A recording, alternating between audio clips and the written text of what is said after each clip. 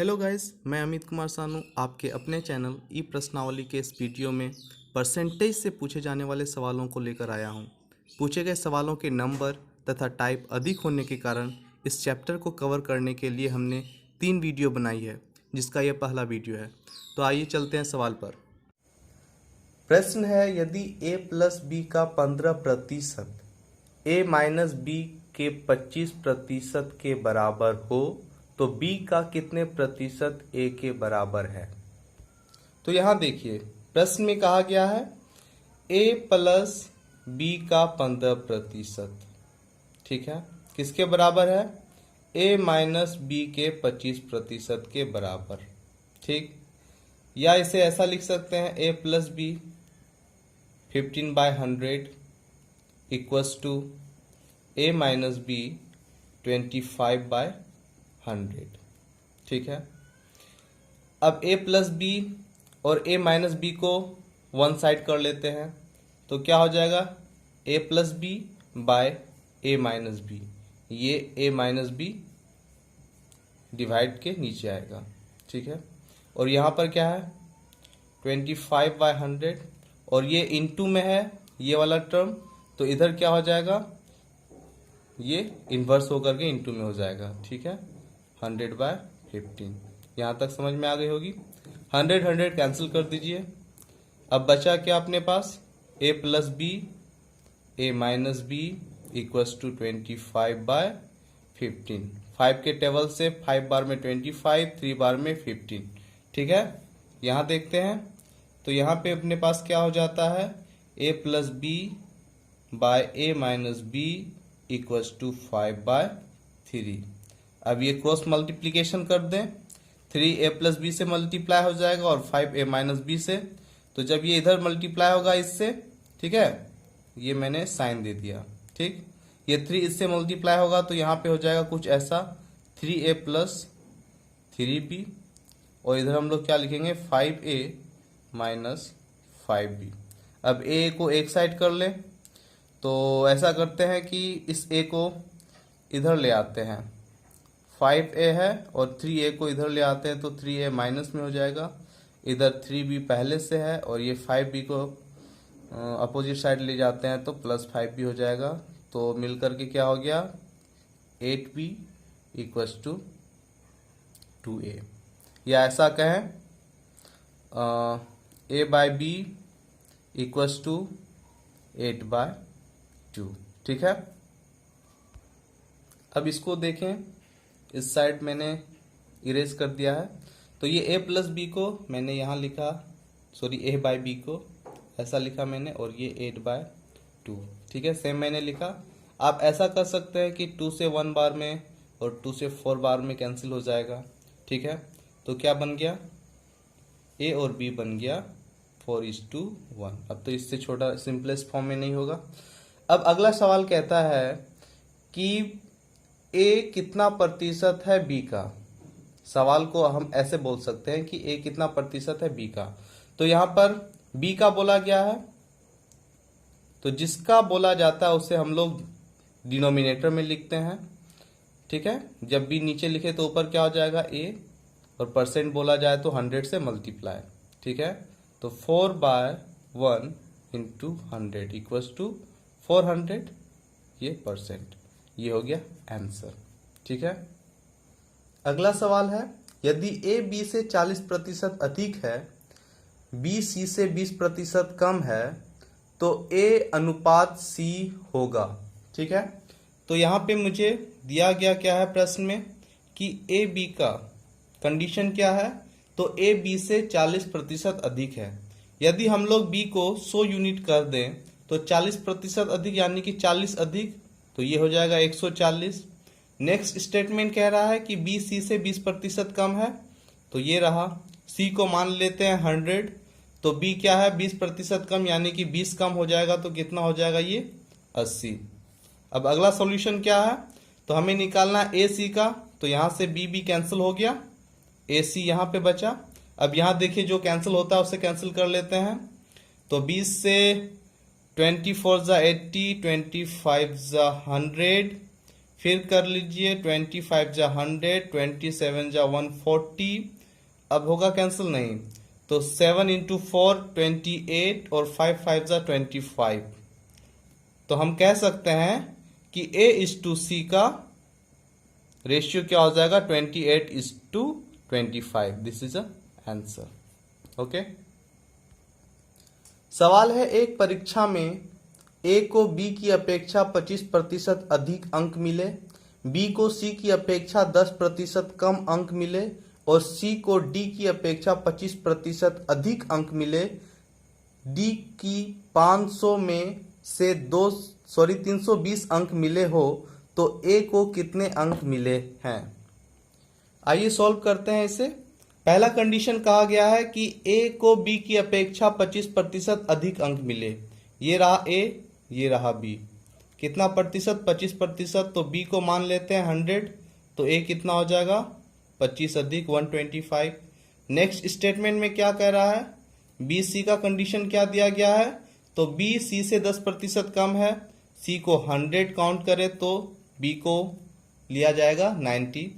फिर next statement देखिए तो सी डी में क्या कहा गया है कि सी डी की अपेक्षा 25% अधिक है, तो डी को मान लेते हैं 100, तो सी कितना हो जाएगा 125।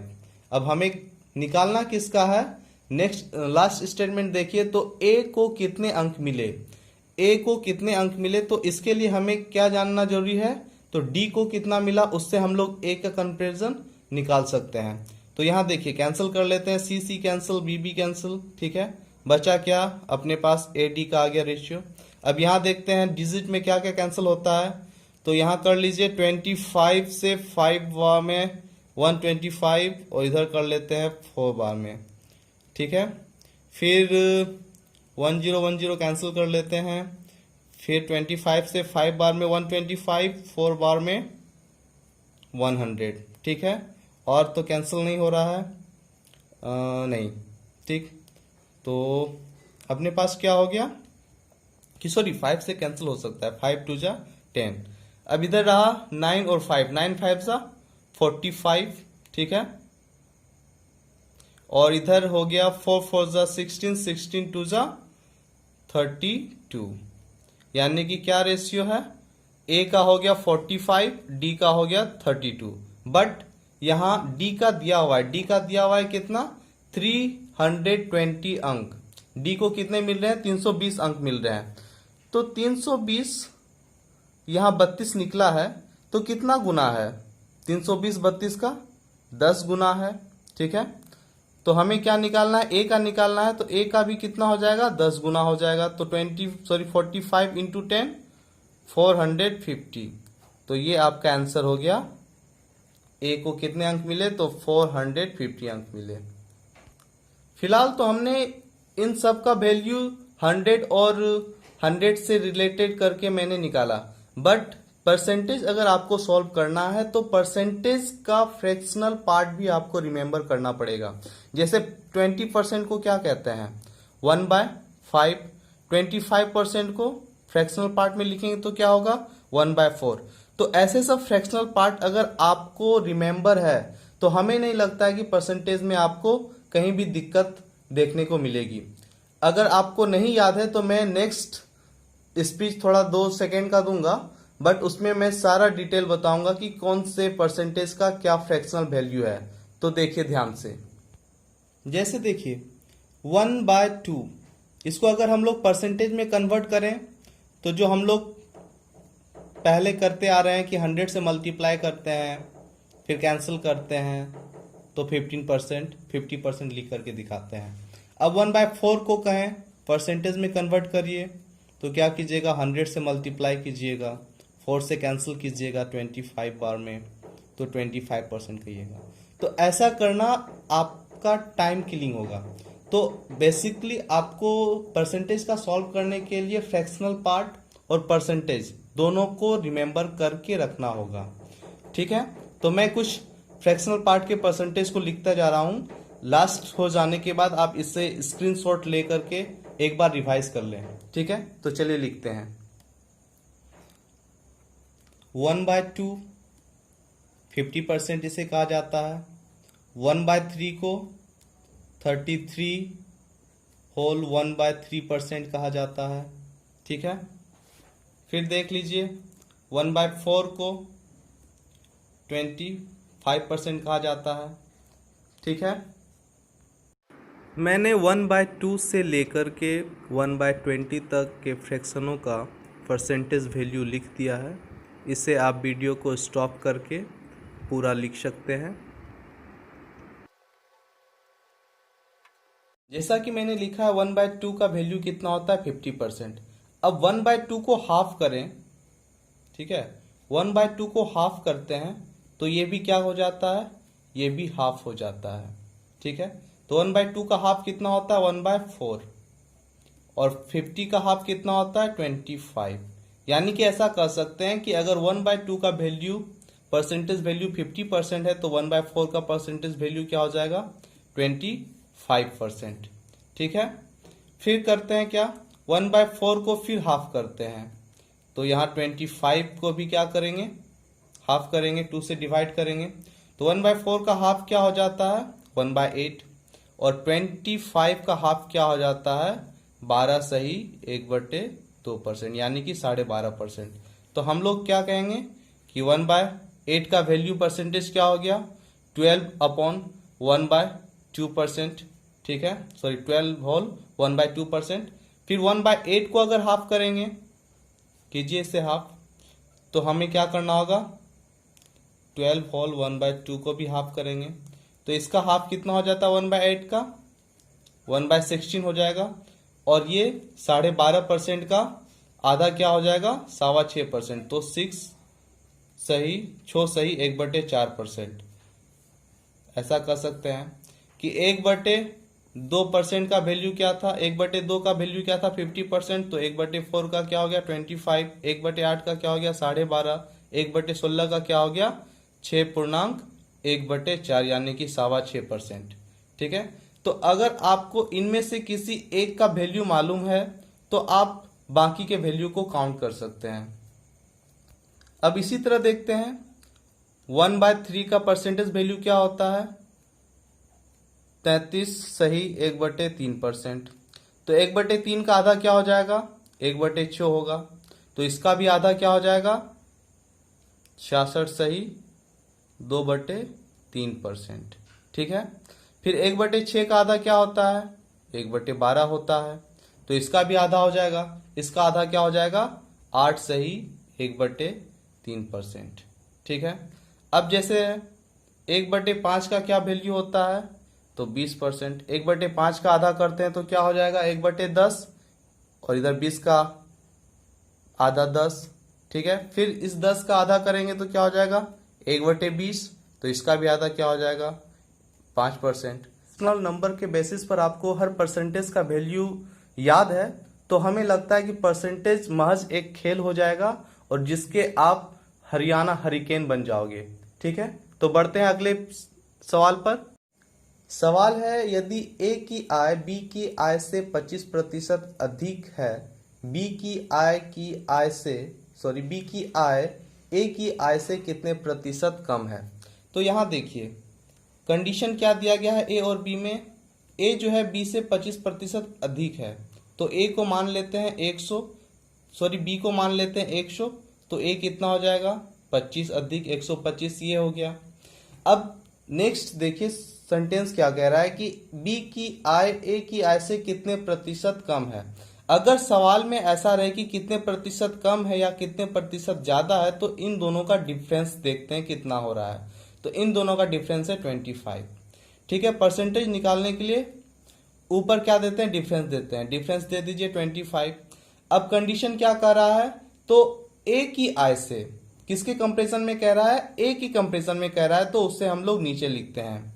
ठीक है, और उसके बाद हम लोग 100 से मल्टीप्लाई करते हैं तो 25 ए का क्या दिया गया है वैल्यू 125 हमने लिखा इंटू 100, तो 50 25 से कर लीजिए, 5 टाइम में ये कैंसिल हो गया और 5 से 20 टाइम्स में 100 कैंसिल, तो आंसर क्या हो गया 20%। अब मैं आपको इसके फ्रैक्शनल पार्ट के द्वारा बताना चाहता हूं। तो देखिए 25% अधिक कह रहा है, तो 25% का फ्रैक्शनल वैल्यू हम लोग जानते हैं कितना होता है, 1/4 होता है। अब 1/4 25% अधिक है, यानी कि ये अगर 4 है तो कितना अधिक हो जाएगा, 1 अधिक हो जाएगा। ठीक है, तो क्या हो गया, 1 अधिक, तो ये 4 में 1 ऐड कर देंगे। ठीक है, 4 में 1 को ऐड कर देंगे, तो जैसे ही हमने ऐड किया 4 में 1 को, तो ये हो गया 5। अब आप जानते हो 1/5 किसका फ्रैक्शनल वैल्यू है, तो जी हाँ 20% का वैल्यू है, तो आंसर क्या हो जाएगा 20%। ठीक है, 25% से कहता है कि अधिक हो रहा है, तो हम लोग 1/4 में 4 में ऊपर वाले न्यूमिनेटर नंबर को ऐड कर देते हैं, तो ये 1 4 में ऐड होकर के क्या हो गया 5, तो बन गया क्या 1/5। और 1/5 किसका परसेंटेज है, किसका फ्रैक्शनल पार्ट है, तो 20% का फ्रैक्शनल पार्ट है, तो आंसर क्या हो जाएगा 20%। तो ये अगर आप फ्रैक्शनल पार्ट रिमेंबर रखते हो तो इसे बनाने के लिए आपको 2 सेकेंड का भी समय ज्यादा हो जाएगा। ठीक है, सवाल है यदि ए की आय बी की आय से 40% कम है तो बी की आय ए की आय का कितना प्रतिशत है। तो ए और बी में क्या कंपैरिजन दिया गया है, तो ए की आय बी की आय से 40% कम है, बी हो गया 100, तो ए कितना हो जाएगा 60 हो जाएगा। अब हमें परसेंटेज निकालना है, तो डिफरेंस कितना है, डिफरेंस है 40 का, तो हम लोग ऊपर लिखते हैं, 40 हम लोगों ने ऊपर लिखा। फिर किसके कंपैरिजन में कह रहा है, तो ए के कंपैरिजन में कह रहा है, ए की आय का कितना प्रतिशत है, तो ए का क्या है वैल्यू 60 को नीचे लिखा हम लोगों ने। फिर इसको कितने से मल्टीप्लाई करना है 100 से, तो 22 जा 40, 23 जा 60, तो 200/3, यह कितना परसेंटेज हो जाएगा, यह हो जाएगा 66 इंटू 2/3%, ये हो गया आंसर। आइए इसे अब फ्रैक्शनल पार्ट के द्वारा सॉल्व करते हैं। 40% का पहले आपको फ्रैक्शनल वैल्यू बताना होगा कितना होता है, तो इसका होता है 2/5। सवाल में कह रहा है कि 40% कम हो जाता है, यानी कि ये जो न्यूमिनेटर का पार्ट है, अंश का पार्ट है, वो हर में सबस्ट्रेक हो जाएगा, डिनोमिनेटर में सबस्ट्रेक हो जाएगा। तो 5 - 2, ये 2 क्या हो जाएगा 5 में माइनस हो जाएगा, तो क्या हो जाएगा यहाँ 3, और ऊपर क्या है 2 है, 2/3। तो बताइए यह किस परसेंटेज का फ्रैक्शनल पार्ट है, तो हम लोग बोलेंगे यह है 66 इंटू 2/3% का फ्रैक्शनल पार्ट। तो ऐसे हम लोग इसे 1 सेकेंड में सॉल्व कर सकते हैं। ठीक है, सवाल है पहली संख्या तीसरी संख्या से 8.33% कम है तथा दूसरी और तीसरी संख्या का अनुपात 15:16 है, तो पहली और तीसरी संख्या का औसत दूसरी संख्या के औसत से कितने प्रतिशत अधिक है। तो सवाल में क्या दे रखा है कि 8.33%, इसे हम लोग क्या कहते हैं 8 सही 1/3% भी कहते हैं। अगर इसके फ्रैक्शनल बात करें फ्रैक्शनल पार्ट की, तो इसे लिखेंगे 1/12 के रूप में।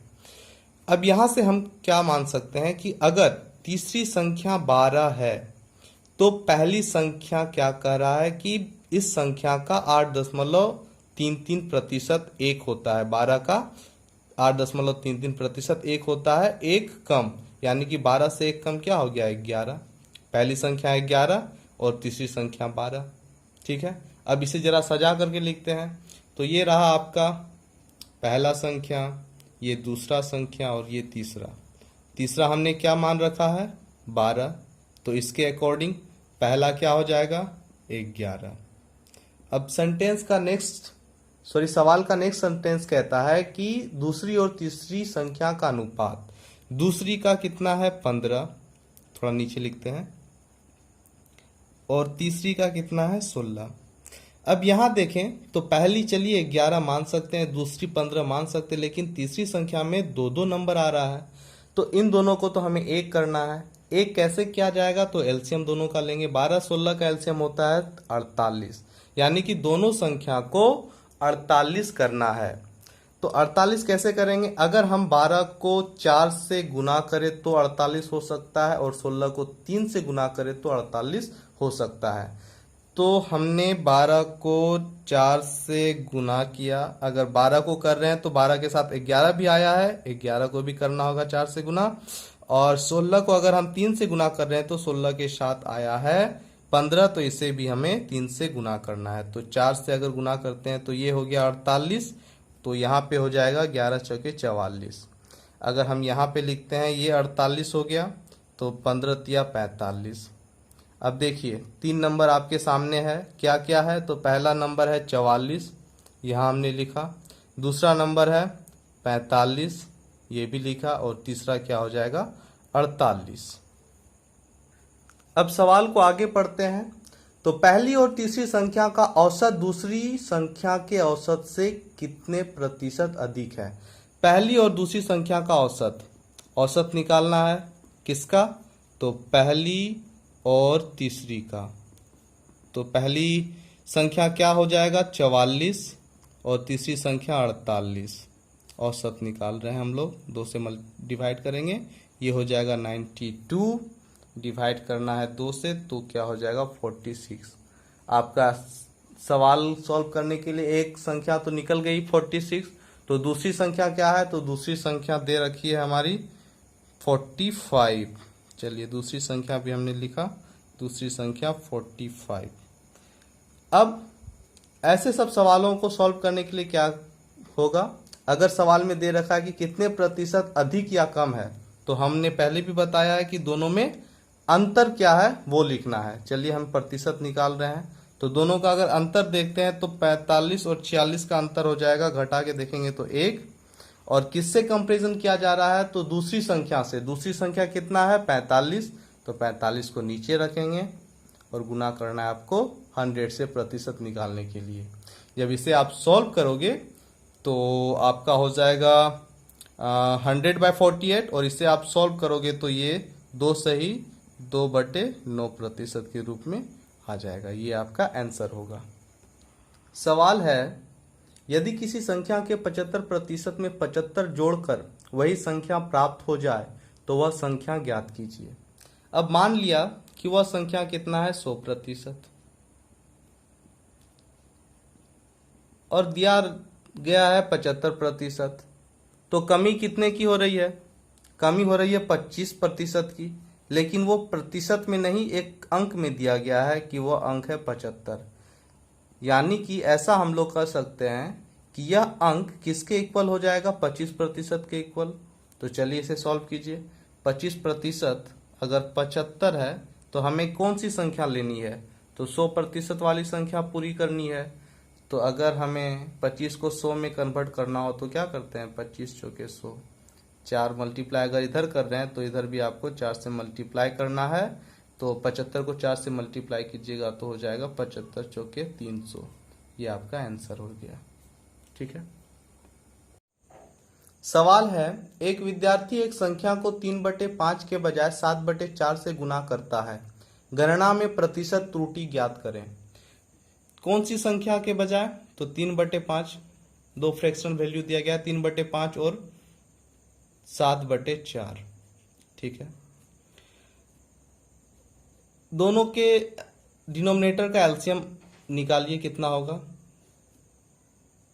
तो ये हो जाएगा 5 और 4 का एलसीएम 20। ठीक है। 5 को 20 से डिवाइड कीजिए कितने बार में, 4 बार में। 4 को 3 से मल्टीप्लाई कीजिए, कितना हो जाएगा ये 12। 4 को 20 से डिवाइड कीजिए 5 बार में। 5 को 7 से मल्टीप्लाई कीजिए, कितना हो जाएगा 35। ठीक है। अब आपके पास दो संख्या मिल गया, एक है 12, दूसरा है 35। 12 के बजाय कितना कर देता है, 35 से गुना करता है। तो दोनों में डिफरेंस कितना होगा, दोनों में डिफरेंस कितना आ रहा है 23। ठीक है। तो ये 23 किससे ज्यादा आ रहा है, 12 से ज्यादा आ रहा है, 12 से ज्यादा आ रहा है। ठीक है। तो कितना प्रतिशत अधिक है, वैसा सवाल रहे तो हमें क्या करना पड़ता है, दोनों के डिफरेंस को लिखना पड़ता है ऊपर में। तो हमने 23 ऊपर लिख दिया। तो किससे ज्यादा है, तो 12 से ज्यादा है, तो 12 को नीचे लिख दिया हमने। और परसेंटेज निकालना है तो 100 से मल्टीप्लाई कर दिया हमने। ठीक है। अब इसे आप सॉल्व कीजिएगा तो कुछ ऐसा आ जाएगा 575/3%, यानी कि कितना हो गया 191 इंटू 2/3%। यह आंसर हो जाएगा। अगला सवाल है, एक विद्यार्थी ने किसी संख्या के 5/3 से गुना करने के स्थान पर इसे 3/5 से गुना कर दिया। परिकलन में त्रुटि प्रतिशत कितना है। देखिए पिछले वाले सवाल के जैसा है। तो पहला क्या है फ्रैक्शनल पार्ट 5/3 और दूसरा क्या है 3/5। तो हमें एलसीएम किसका लेना है 3 और 5 का लेना है। तो बताइए क्या हो जाएगा एलसीएम 15। 3 से 15 को डिवाइड किए 5 बार में 5 बचे 25। 5 को 15 से डिवाइड किए 3 बार में 3 को 3 से गुना किए 9। ठीक है पहले 25 था। ठीक है फिर क्या हो गया 9 हो गया। तो कितनी की डिफरेंस हुई 16 की डिफरेंस हुई। तो 16 हमने ऊपर लिखा। ठीक है तो किससे तो इनिशियल क्या थी वैल्यू 25। तो 25 को नीचे हमने लिखा उसको 100 से मल्टीप्लाई किया। तो 25 चौके 100 16 चौके 64। तो ये हो गई 64% आंसर। ठीक है सवाल है एक परीक्षा में किसी संख्या के 4/5 गुने तथा उसे 2/5 गुने का जोड़ना था, लेकिन एक छात्र ने गलती से उस संख्या के 5/4 गुने तथा उसके 5/2 गुने को जोड़ दिया। परिकलन में त्रुटि प्रतिशत कितनी है। हम इसे दो तरीके से बना सकते हैं। तो आइए पहला तरीका देखते हैं। मान लेते हैं नंबर क्या है x। नंबर क्या हमने मान लिया x। तो पहले विद्यार्थी क्या करता है जो उसे काम करना था वो लिख लेते हैं। यानी कि उसे क्या करना था x के 4/5 गुने और दूसरा x के 2/5 गुने को जोड़ना था। तो इसे हम लोग क्या मान सकते हैं सही काम या सही उत्तर मान लें। ठीक है सही उत्तर। अब इसे सॉल्व कीजिएगा 4x/5 प्लस 2x/5। जब इसे सॉल्व कीजिएगा तो क्या होगा 6x/5। अब छात्र क्या करता है कि गलती से उन्होंने 5/4 गुने तथा उसके 5/2 गुने को जोड़ दिया। यानी कि ये गलती से क्या तो गलत उत्तर इसे मान लेते हैं।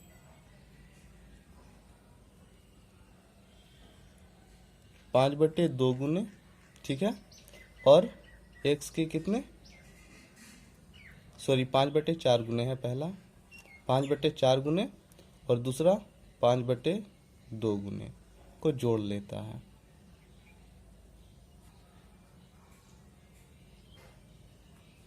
इसे सॉल्व कीजिएगा तो क्या हो जाएगा 15x/4।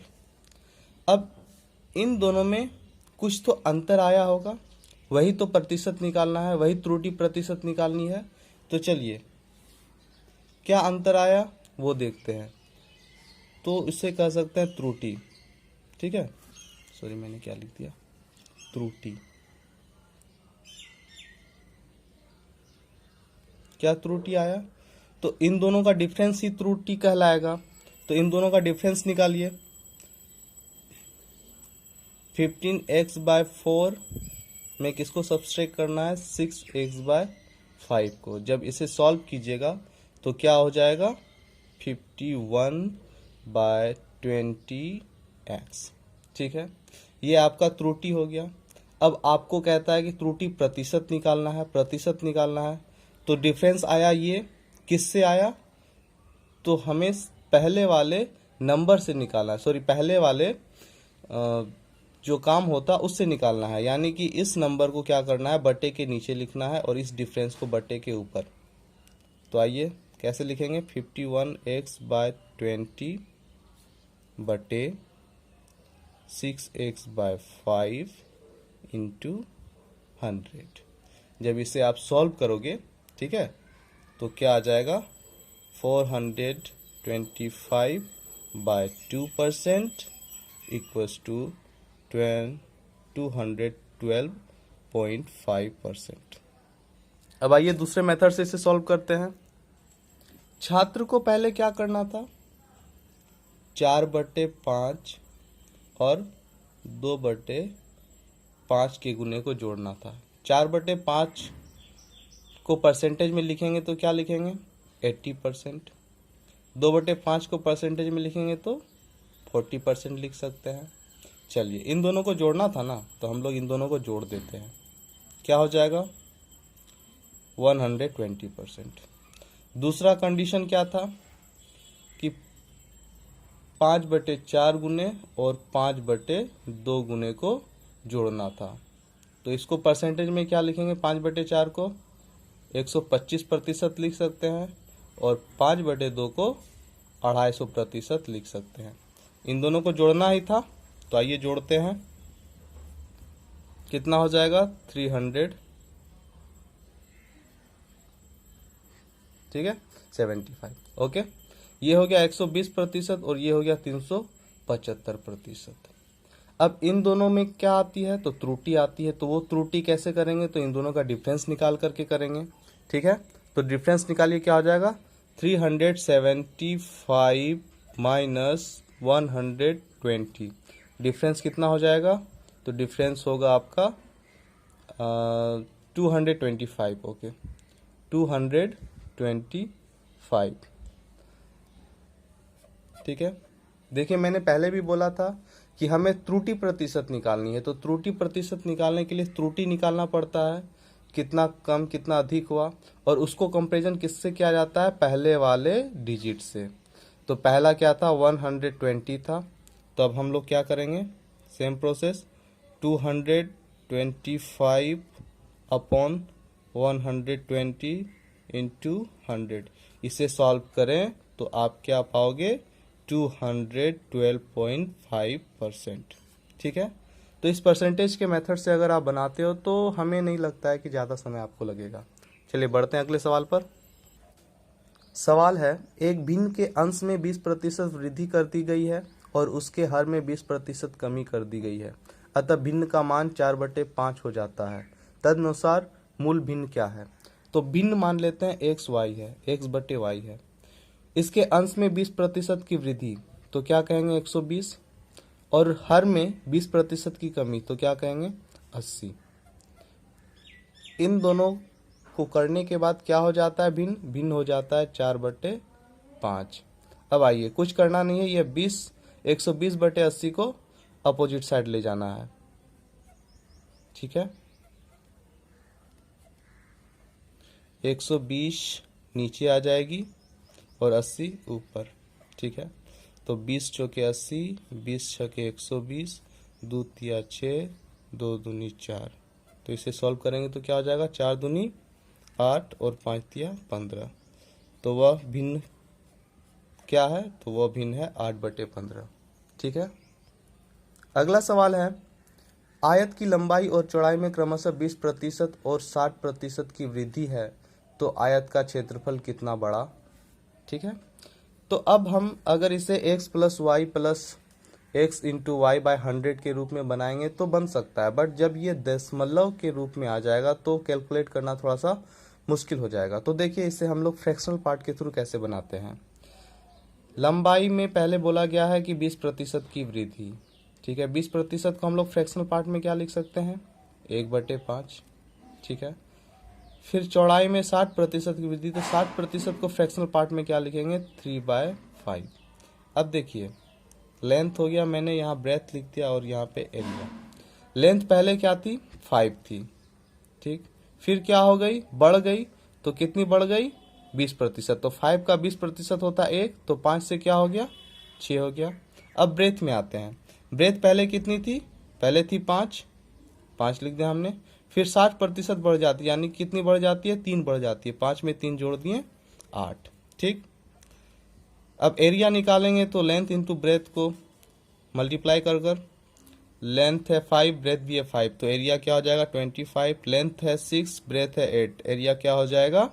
48। पहले का एरिया ये था, दूसरा एरिया ये बना, तो कितना का डिफरेंस आया या कितना इंक्रीज किया? ऑब्वियसली ये 25 है, ये 48 है, तो इंक्रीज ही किया होगा। तो कितना इंक्रीज किया? दोनों का डिफरेंस बताता है कि यह कितना इंक्रीज किया। तो कितना? 23 इंक्रीज किया।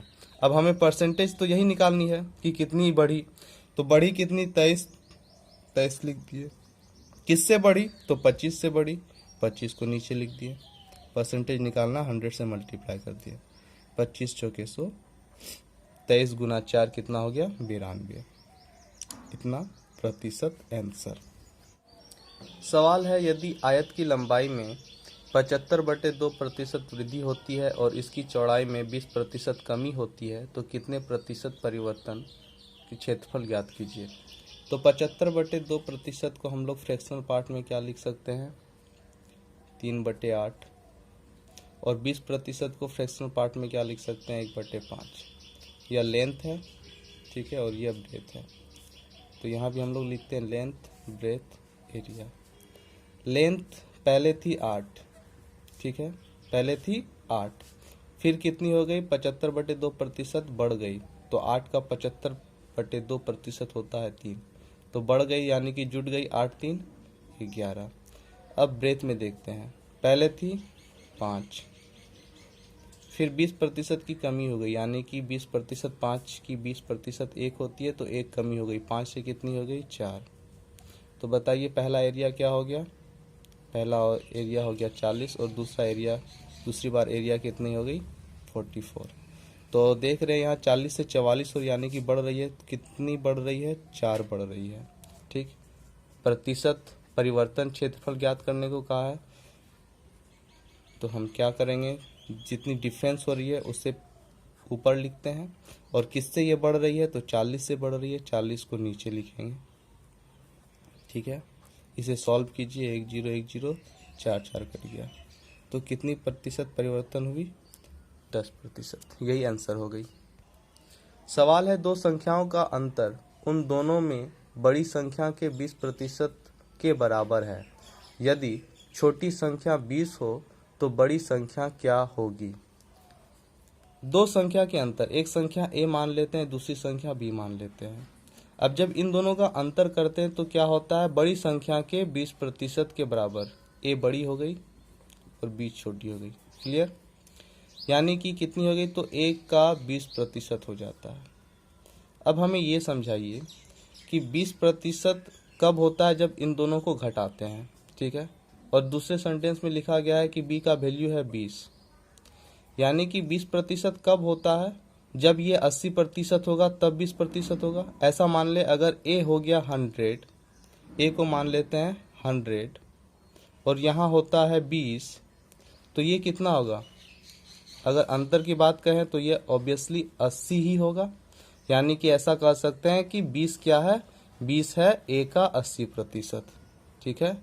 a का 80% क्या है, 20 है, तो a का 100%, यानी कि खुद a कितना होगा, 20 जो के 80, 4 से करेंगे 25, यानी कि a का वैल्यू कितना है, a का वैल्यू है 25। सवाल है, दो संख्याओं का अंतर 1660 है। यदि एक संख्या का 13/2% दूसरी संख्या के 17/2% के बराबर है तो छोटी संख्या क्या है। तो मान लेते हैं दो संख्या a b, जिसमें a क्या है, b से बड़ी है। अब आइए, सवाल में कहता है कि a का 13/2%, यानी कि इसे कह सकते हैं 6.5%, ठीक है। 13/2 को क्या कर सकते हैं, 6.5 कह सकते हैं, तो हमने लिख दिया a का 6.5%। यह किसके बराबर है, तो छोटी संख्या यानी कि b के कितने, 17/2 को क्या लिख सकते हैं, 17/2 को लिख सकते हैं 8.5%, तो b के 8.5% के बराबर है, ठीक। अब a b को सेपरेट कर लेते हैं, एक तरफ ले आते हैं, a नीचे b, a ऊपर b नीचे हो गया, और इसको सॉल्व करेंगे तो 17/200, और फिर ये अपोजिट हो जाएगा, 200 ऊपर नीचे 13, ठीक है। 200 200 कट गया, यानी कि a बाय b कितना हो गया, 17/13। अब क्या हो रहा है इसमें, देखिए पहले 17 था, फिर क्या है, b का वैल्यू क्या है 13, a का वैल्यू 17, b का वैल्यू 13। अब इन दोनों में अंतर सवाल में दिया हुआ है कि दो संख्याओं का अंतर कितना है, 1660 है। तो हम कह सकते हैं कि 17 और 13 का जो अंतर है वो 1660 के इक्वल है, तो 17 13 का अंतर होता है 4, यानी कि 1660 किसके इक्वल, 4 के इक्वल। तो हमें क्या कहा गया है, छोटी संख्या क्या है b, तो b का वैल्यू क्या है 13, तो 4 का वैल्यू 1660 है, तो 13 का वैल्यू क्या होगा, तो हम सॉल्व कर सकते हैं।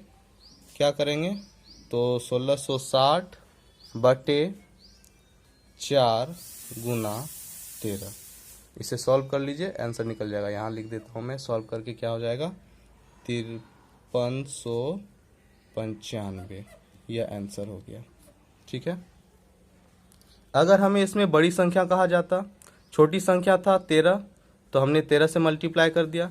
अगर बड़ी संख्या कहा जाता तो बड़ी संख्या है 17, तो हम लोग क्या करते हैं 1660 बटे 4 गुना 17 करते तो बड़ी संख्या भी निकाल सकते थे, बट हमें क्या निकालना है, छोटी संख्या ही निकालना है, तो ये आपका आंसर हो जाएगा। सवाल है, दो संख्याओं में बड़ी संख्या का 40% छोटी संख्या के 60% के बराबर है। यदि इन संख्याओं का योग 150 हो तो बड़ी संख्या होगी।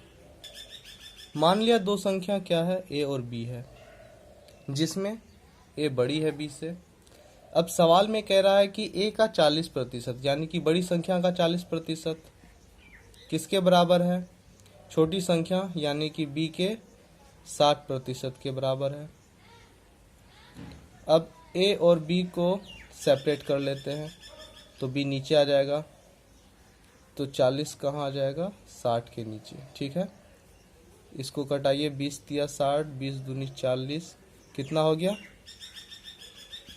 ए और बी 3/2 में आ गया। ठीक, अब कह रहा है कि इन दोनों का योग 150 है, यानी कि ए अगर 3 है, बी यदि 2 है, तो इन दोनों का योग क्या होगा, 5 होगा, यानी कि जोड़ेंगे दोनों को। तो 5 किसके इक्वल है, यहाँ देख लीजिए, 5 किसके इक्वल है, तो 5 है आपका 150 के इक्वल। ठीक, अब 5 अगर 150 के इक्वल है तो बड़ी संख्या यानी कि ए का वैल्यू क्या है, 3 बराबर कितना होगा, तो हम लोग कह सकते हैं 5 बराबर 150, तो 1 बराबर कितना हो जाएगा 30, तो 5 बराबर कितना निकालना है, 3 का ना, 3 बराबर कितना हो जाएगा 90। ये हो गया आपका आंसर। सवाल है, एक गेहूं के मूल्य में 20% की कमी होने से ललिता 320 रुपए में 5 किलोग्राम अधिक गेहूं खरीद सकती है। गेहूं का आरंभिक मूल्य क्या था। 320 का अगर हम कहें कि 20% कितना होता है, तो कितना होता है, सॉल्व करोगे तो निकलेगा कितना, 64। तो 320 रुपए का 20% कितना हुआ, 64। तो ये 64 रुपए में हम लोग कितना खरीद रहे हैं, ललिता कितना खरीद रही है, 5 केजी गेहूं खरीद रही है। ठीक है, तो हम लोग कह सकते हैं 5 केजी बराबर कितना, 64 रुपए। तो 1 केजी का वैल्यू कितना हो जाएगा, 12.80 रुपए। तो ये जो 12.80 रुपए है, यह कब हुए, जब 20% कम हुआ दाम, तब 12.80 रुपए पर केजी गेहूं मिला। यानी कि ऐसा कह सकते हैं कि 20% कम, यानी कितना, 80%। 80% का वैल्यू क्या है, 12.80 रुपए। तो हमसे पूछ रहा है आरंभिक यानी कि पहले का, तो पहले कितना हुआ होगा, तो ऑब्वियसली 100% का होगा। ये 80% है तो 100% का हमसे पूछ रहा है, तो 100% का वैल्यू निकालेंगे, 12.80 बटे 80 गुना 100, अगर इसे सॉल्व कीजिएगा तो कितना आ जाएगा, 16 रुपए। तो ये जो 16 रुपए हो गया, ये हो गया आपका दाम कम होने के पहले का दाम। ठीक है, गेहूं में जो 20% की कमी हुई थी, उसके पहले मिलता था 16 रुपए केजी।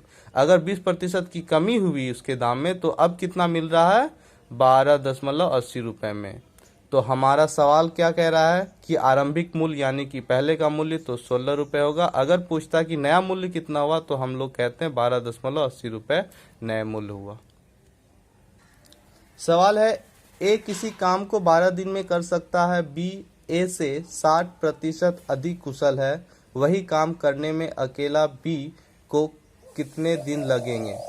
तो यहाँ देखिए, ए और बी, तो बी ए से 60% अधिक कुशल है, यानी कि ए अगर 100 है तो बी हो गया 160। अगर इसका हम लोग रेशियो निकाले तो क्या हो जाएगा, 20 पंचे 100, 20 अट्ठे 16, 5:8। ए का क्या रेशियो हो गया, 5:8। अब इसमें कह रहा है कि ए किसी काम को 12 दिन में कर रहा है, तो ये जो रेशियो निकला ये एफिशिएंसी को डिनोट करता है। ठीक है, तो हम लोग कहेंगे कि ये कितना कर रहा है, 5 वर्क पर डे कर रहा है और ये 8 वर्क पर डे कर रहा है। ए कितना दिन काम कर रहा है, तो ए काम कर रहा है 12 दिन तक। तो 12 दिन अगर काम करे 5 वर्क पर डे के हिसाब से, तो टोटल वर्क कितना हो जाएगा, टोटल वर्क कहेंगे कितना हो जाएगा 60। यानी कि टोटल वर्क आपके पास कितना है, 60 है। अब पूछ रहा है कि बी को कितने समय लगेंगे, तो आइए बी का कार्य एफिशिएंसी कितना है, 8 वर्क पर डे और टोटल वर्क है 60। तो 60 को 8 से डिवाइड कर दीजिए। ठीक है, तो कितना हो जाएगा, 2 चौके 8 और यहाँ पे हो गया 30, फिर 2 दूनी 4, यहाँ हो गया 15, तो कितना हो गया 7 सही 1/2 दिन लगेंगे। ये आंसर हो गई। परसेंटेज के बाकी 2 वीडियो का लिंक सब्सक्रिप्शन बॉक्स में मैंने दे रखा है, जहां से आप डायरेक्ट उस वीडियो को देख सकते हैं। और अगर यह वीडियो आपको अच्छा लगा हो तो लाइक करें, शेयर करें और सब्सक्राइब करें, ताकि बाकी 2 इम्पोर्टेंट वीडियो आपसे मिस ना हो। Thank you.